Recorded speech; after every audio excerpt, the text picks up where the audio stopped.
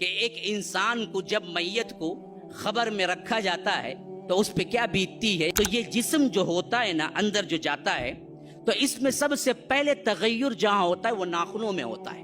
ایک دن ایک رات کے اندر ناخن جھڑنا شروع ہو جاتے ہیں اور پھر اس کے بعد اندر سے باڈی پکنا شروع ہوتی ہے اور 3 دن نہیں گزرتے ہیں باڈی پوری کی پوری پک کے ایک ہی جگہ ہوتی ہے جہاں پھٹنے کے لیے اس کے لیے راہ ہوتی ہے وہ پیٹ ہوتا ہے اور پیٹ پھٹ جاتا ہے.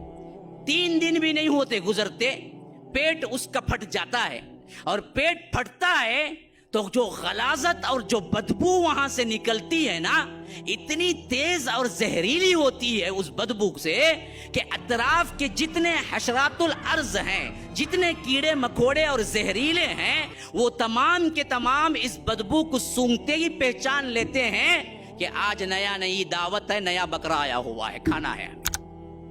تمہارے جسم کو تم نے آرائش و زیبائش کے لیے اللہ سے ناراضگی اختیار کر لی, حرام کاری اختیار کر لی. کیا جواب ہے تمہارے پاس جنہوں نے کبھی قرآن کھول کے پڑھائی نہیں, کبھی تم نے دین سکھائی نہیں, عقیدہ سکھائی نہیں؟ کیا جواب دو گے؟ ملائکہ کے پاس جھوٹ بولو گے؟ تمہیں اٹھنا ہے, جواب دینا ہے. اور وہ وقت بھی بڑا کٹھن وقت ہے جب تمہارے اندر اللہ تبارک و تعالی پھر جان ڈالے گا. تو جتنا چاہے اپنے آپ کو تزئین کر لو, مزین کر لو, خوبصورت بنا لو, لیکن یاد رکھو موت کا ایک جھٹکا کافی ہے, وہاں سے تمہارے اندر ویرانی چھا جاتی ہے. ایسی ویرانی کہ انسان میت کو دیکھ نہیں سکتا. آج تو بہت سے لوگ ہیں جو اپنی باوا کی میت کو بھی نہیں دیکھتے. کیا وہاں کھڑیں گے تھے اسرائیل اسے بھی پکڑ لے چل جائیں گے تھے. اس کے سے انہیں کیا ہے, دھلانے نہلانے بھی غسال کو بلا تھا. حالانکہ اسرائیل کا لفظ حدیث میں نہیں آیا, کہیں بھی ملک الموت کا لفظ آیا ہے. بہرکیف مشہور ہو گیا ہے کہ وہ کیا ہے, روح نکالتے ہیں. لیکن ہمیں موت سے اتنا ڈر ہے کہ ہم کیا ہے, اپنے عزیزوں کو بھی نہیں نہلاتے. نہلانے کے لیے ہم غسال کو رکھتے ہیں, جبکہ اسلام کے طریقے میں ہمیں کہیں نظر نہیں آتا کہ الگ غسال ہو. قریب عزیز و اقارب جو ہوتے تھے وہی نہلایا کرتے تھے. ہم موت سے اتنا دور بھاگ چکے ہیں, اتنا ڈرتے ہیں, لیکن یہ کیا ڈرنے سے چھوڑ دے گی؟ نہیں, آ کر رہے گی اور مرنا ہی پڑے گا.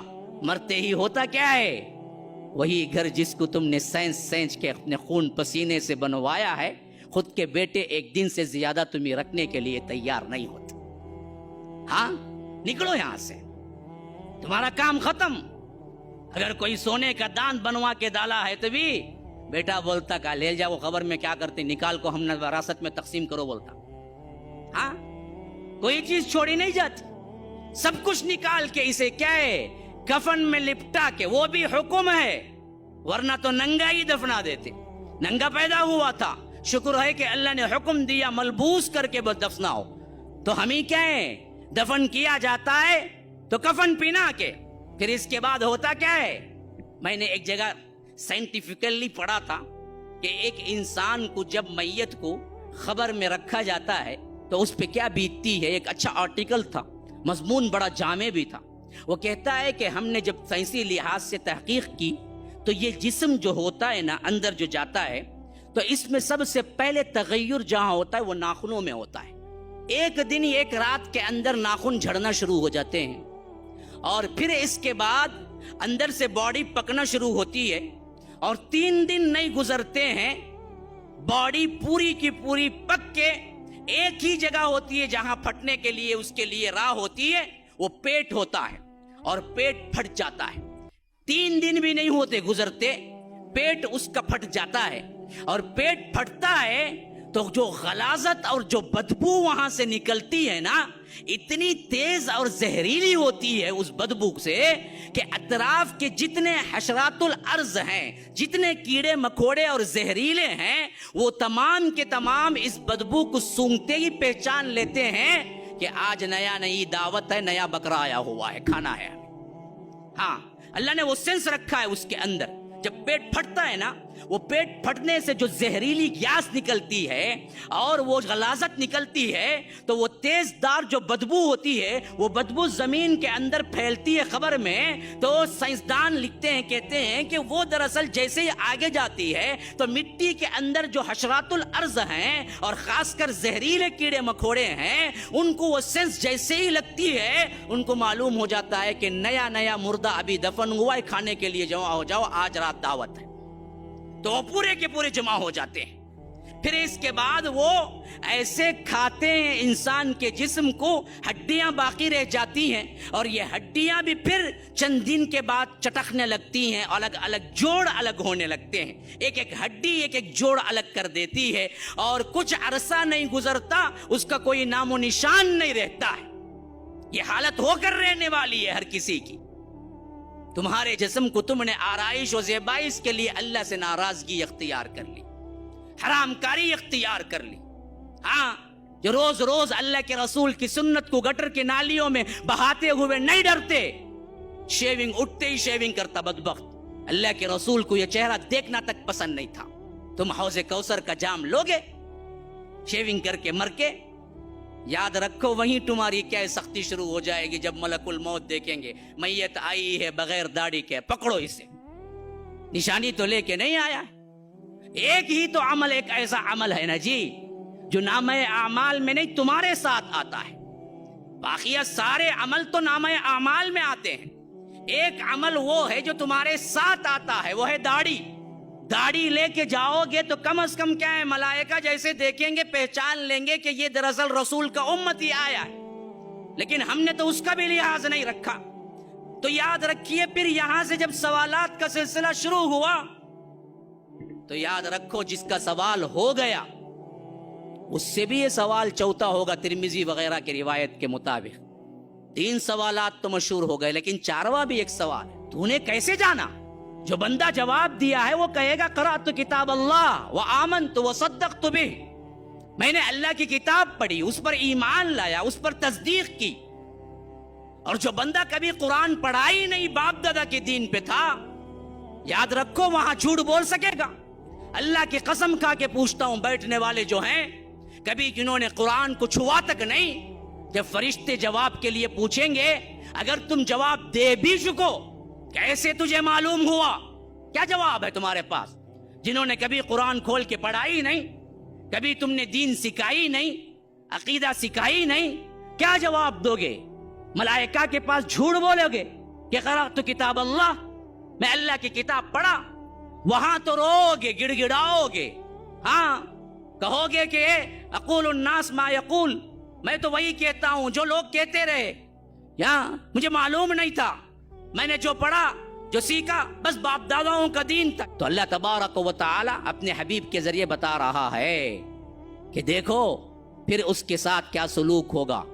فرشتے لوہ کی ہتھوڑی اٹھائیں گے، حدیث میں آتا ہے کہ کہیں گے لا دریت ولا تلیت، اے بدبخت تو نے تلاوت بھی نہیں کی، تم نے جانا بھی نہیں۔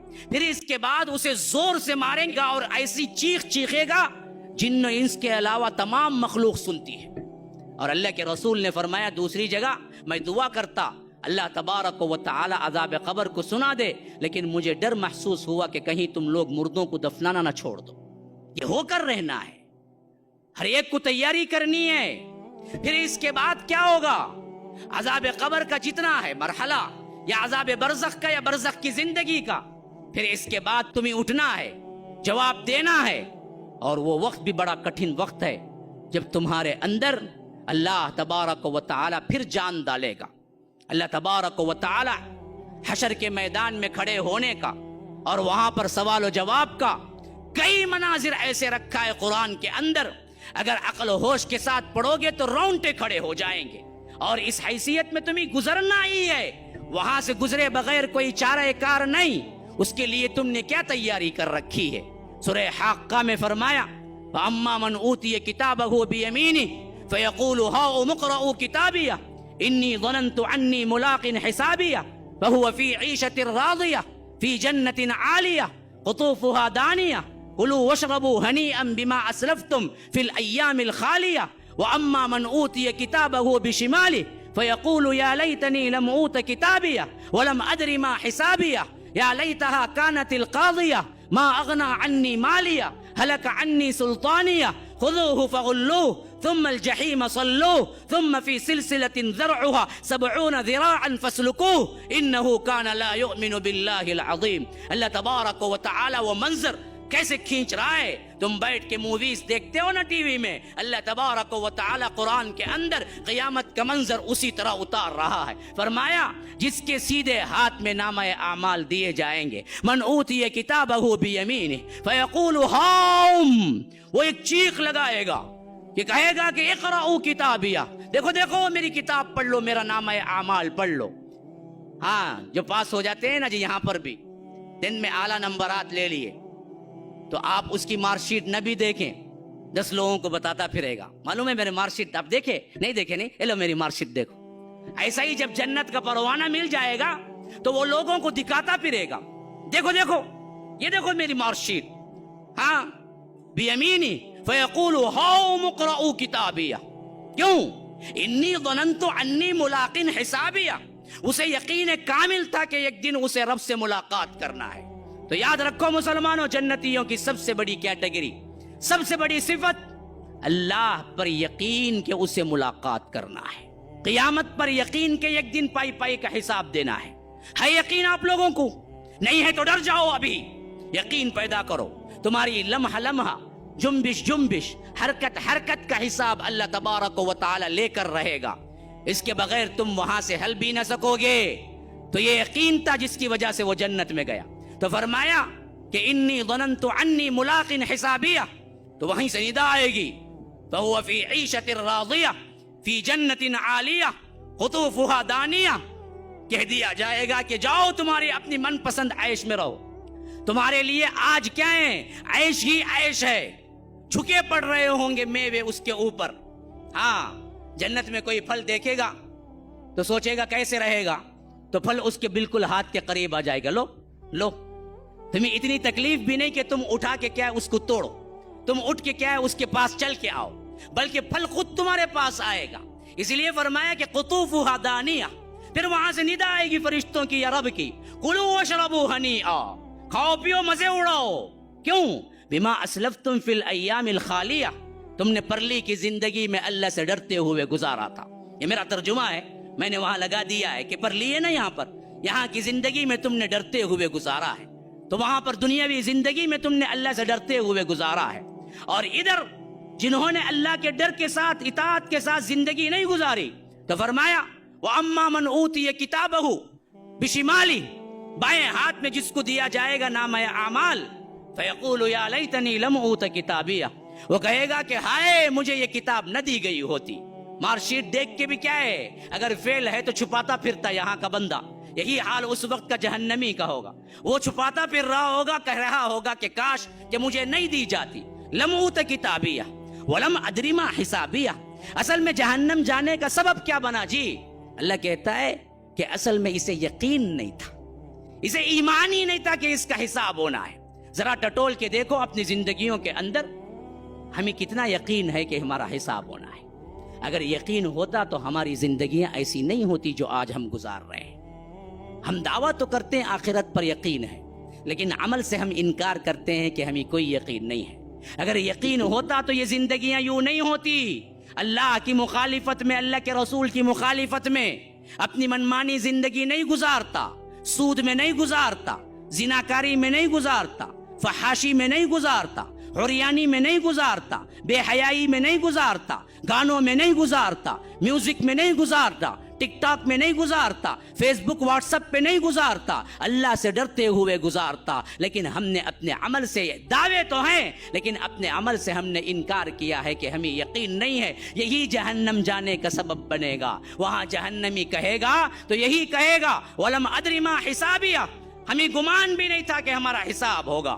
تو اس وقت پکارے گا یا لیتہا کانت القاضیہ, ہائے اب موت آ جائے میری, ابھی کیا ہے موت دے دے, اللہ تمام کر دے. اللہ اس وقت کہے گا لا تدعوا اليوم ثبورا واحدا وادعوا ثبورا كثيرا. تم ایک بربادی کو مت بلاؤ, ایک موت کو مت بلاؤ, ہزاروں موتوں کو بلاؤ. آج تمہیں موت آنے والی نہیں ہے, آج تمہیں موت نہیں ہے. آج یہاں سے کیا ہے, موت سے ڈر کے بھاگتا ہے, اور وہاں موت پکارے گا جہنم کو دیکھ کے, کاش کہ موت آ جائے, میرا قصہ تمام ہو جائے. یا لیتہا کانت القاضیہ ما اغنی عنی مالیہ, میرا مال کچھ کام نہیں آیا. ہلک عنی سلطانیہ, میرا عہدہ مجھے کچھ کام نہیں دے گیا. آج عہدوں کی بڑی لڑائی ہے میرے بھائیوں, اپنوں میں بھی ہے غیروں میں بھی ہے. کس کس کا رو نہ رو, اپنوں میں بھی ہے غیروں میں بھی ہے.